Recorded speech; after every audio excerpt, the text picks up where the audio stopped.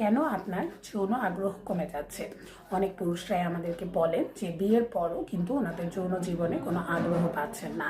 দেখা যাচ্ছে যে আপনি আপনার সঙ্গীর কাছে যাওয়ার পরও কোনো আগ্রহ পাচ্ছেন না, যার দরুন দেখা যাচ্ছে সঙ্গীকে আপনি সুখী বা হ্যাপি করতে পারছেন না এবং আপনার বৈবাহিক জীবনে কলহের সৃষ্টি হচ্ছে।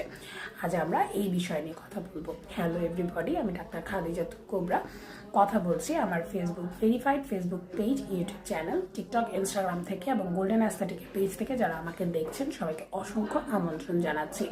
পুরুষদের শরীরে যৌন আগ্রহ কমে যাওয়ার পেছনে প্রধান কারণটি হলো যে আমাদের পুরুষদের শরীরে যে প্রধান হরমোনটি থাকে, সিরাম টেস্টোস্টেরন লেভেলটা যখন কমে যায় তখন এই টেস্টোস্টেরন লেভেল কমে গেলে কিন্তু যৌন আগ্রহ কমে যেতে থাকে, মেজাজ খিটখিটে হয়ে যেতে থাকে।